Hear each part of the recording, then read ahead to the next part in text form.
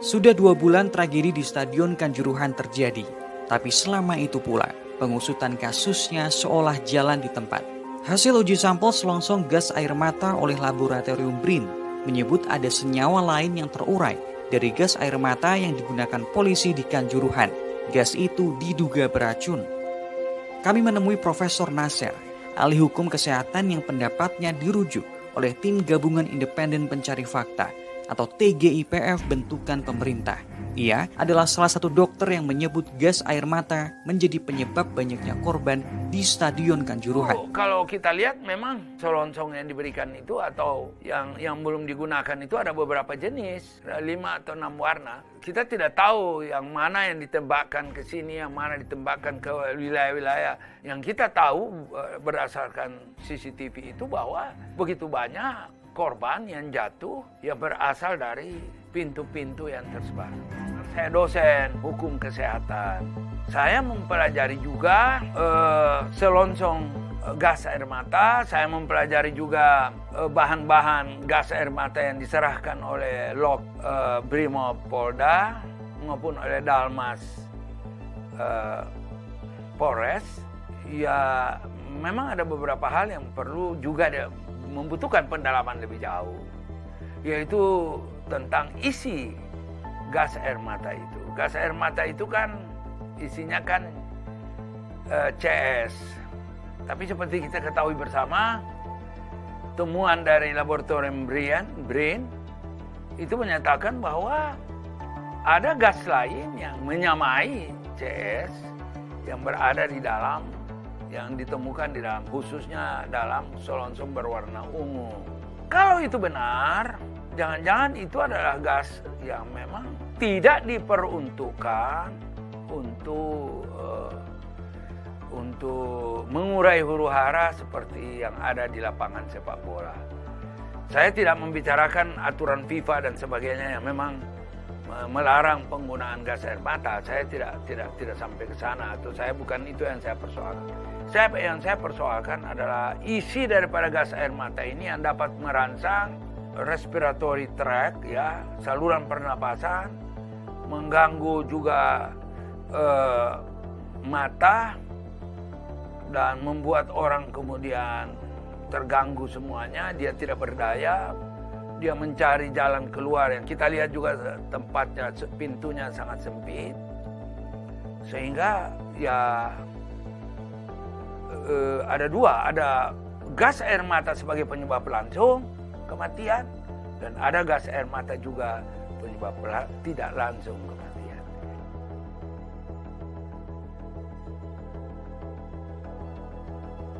Jadi sebagai dokter sebetulnya kita tidak terlalu sukar untuk membedakan. Kalau kematian 6 jam, di bawah 6 jam, itu hampir pasti kematian karena akibat langsung gas air mata. Jadi bahan yang ada di dalam itu, jadi bahan yang kandungan yang ada dalam gas air mata itu penyebab kematian langsung. Tapi kalau dia sudah lebih dari 6 jam, karena ada banyak, yang cukup banyak yang dibawa ke rumah sakit, dan waktu kita rombongan TGF ke sana itu masih ada 6 orang di rumah sakit Saiful Anwar yang ada di ICU, ada 3 orang di Bangsal, kemudian di rumah sakit umum daerah di Kepanjen itu juga masih ada yang dirawat. Saya lupa jumlahnya, masih ada yang dirawat juga di ICU. Itu artinya apa? Artinya ada sekule, ada sisa. Nah ini pada umumnya ini ya kita sebut mungkin akibat tidak langsung. Ada yang patah karena patah tulang rusuk, atau patah kaki, patah tangan, terinjak dan sebagainya. Itu akibat tidak langsung. Nah itu memang mereka bertahan. Tapi memang ada juga yang berat, tapi itu traumatis. Mereka meninggal karena trauma organ. Baik organ dalam maupun organ-organ ekstremitas, ya, kaki, tangan, dan sebagainya.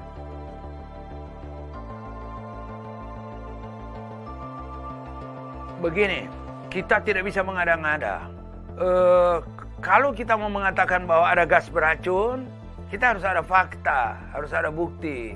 Sekarang untuk memperoleh contoh gas beracun itu pasti tidak mudah. Satu-satunya cara adalah memeriksa jaringan.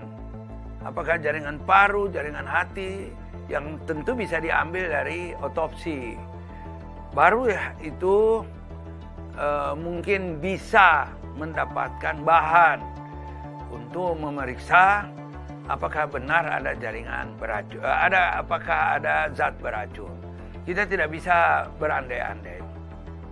Tapi kematian yang segera, kematian yang cepat itu bisa disebabkan langsung oleh gas itu. Memang ada bantahan bahwa mengatakan meninggal karena terinjak-injak, karena misalnya melalui sebuah pintu yang sempit, jadi orang berdesak-desakan. Ya, itu juga bisa. Tapi kan kalau kematian seperti itu, tentu pada visum luar, itu ahli forensik dapat mengetahuinya. Misalnya ada patah tulang iga 8 yang menusuk ke paru-paru dan sebagainya. Banyak cara atau banyak fakta yang bisa ditemukan. Tapi sejauh ini kan tidak seperti itu, Pak. Tidak seperti itu.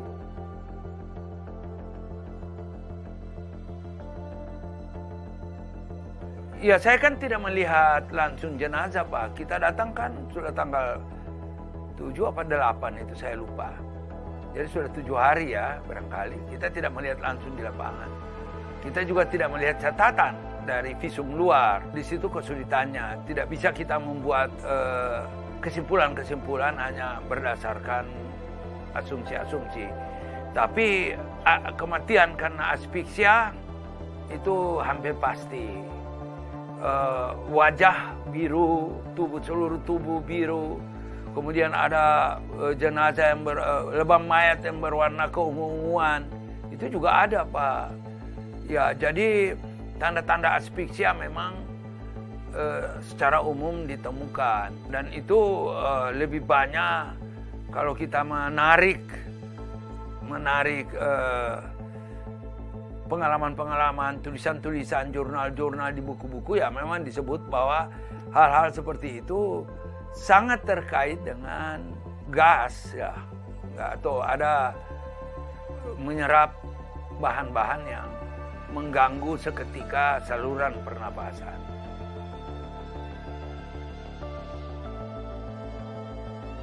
Ya, begini, mengenai expired date atau kadaluarsa. Kalau makanan kadaluarsa itu udah ada rasa lain, tengik atau mungkin tidak enak dimakan dan sebagainya. Kalau obat kadaluarsa lain lagi, efektivitasnya menjadi rendah, tidak lagi seefektif.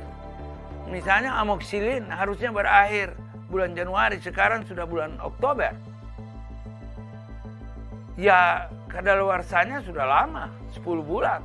Efektivitas obat sudah tidak sesuai lagi dengan efektivitas seperti obat yang seharusnya. Nah, kalau gas air mata bagaimana? Nah, gas air mata itu kan dia merupakan sebuah senyawa yang terdiri atau mix dari beberapa senyawa lain. Ikatan yang terjadi antara satu senyawa dengan senyawa yang lain itu bisa, ketika expire itu dia bisa lepas menjadi senyawa yang berdiri sendiri. Kalau dia sudah berdiri sendiri, wallahu alam, kita tidak tahu apakah senyawa itu menjadi lebih kuat atau justru menjadi lebih lemah. Syukur kalau dia lebih lemah. Tapi kalau sekarang ada kematian, ya kita bisa saja mengaitkan. Jangan-jangan itu karena senyawa itu sudah berdiri sendiri-sendiri dan dia menjadi racun. Itu bisa saja. Walaupun saya tidak bisa mengklaim itu sebagai sebuah kebenaran hakiki. Tapi saya ingin mengatakan bahwa senyawa yang bisa berdiri sendiri-sendiri itu bisa berubah sifat dan karakter senyawanya.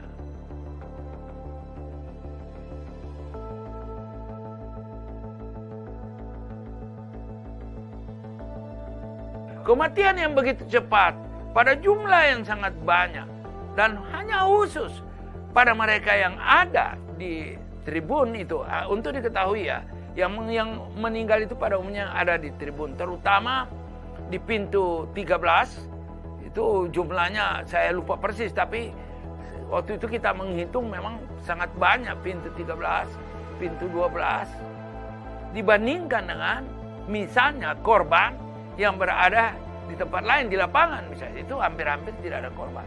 Sehingga, nah ini kan arah daripada tembakan gas air mata itu, dia dalam jumlah yang sangat banyak berkumpul di satu tempat. Situ persoalannya. Itu kalau kita lihat memang ada beberapa jenis yang diberikan selongsong yang diberikan itu atau yang belum digunakan itu ada beberapa jenis, ada beberapa warna, ada 5 atau 6 warna. Kita tidak tahu yang mana yang ditembakkan ke sini, yang mana ditembakkan ke wilayah-wilayah tempat-tempat itu, kita tidak punya catatan itu. Yang kita tahu berdasarkan CCTV itu bahwa begitu banyak korban yang jatuh yang berasal dari pintu-pintu yang tersebar.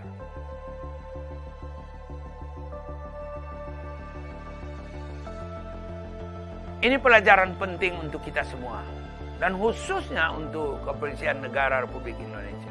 Yang pertama, penanganan kerusuhan sepak bola itu tidak sama dengan penanganan kerusuhan di tempat lain, demo dan sebagainya. Itu harus, itu pelajaran penting.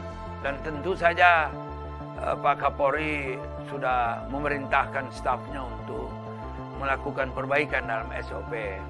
Yang kedua, penggunaan gas air mata harus memang selektif. Dan gas-gas air mata yang ada di berbagai satuan, Brimob atau di Dalmas, di Polres, di Polda memang perlu dilakukan evaluasi menyeluruh. Karena rakyat